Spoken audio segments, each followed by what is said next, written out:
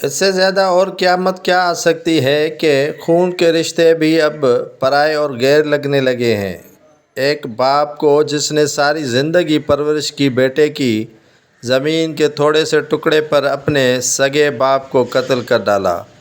یہ گھوٹکی کا علاقہ ہے اور وہاں پر ایک نافرمان بیٹے نے جھنڈو سنگھڑ میں زمینی تنازع پر اپنے سگے باپ بیرام کو قتل کر دیا۔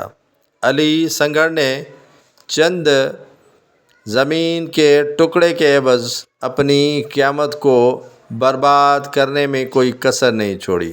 سندھ کے اندر یا سندھ سے دیگر جو صوبے ہیں وہاں پر نافرمان اولاد کہیں باپ کہیں والدہ تو کہیں بہنوں کو قتل کر دیتی ہے، اور یہ واقعات روزمرہ ہوتے نظر آ رہے ہیں۔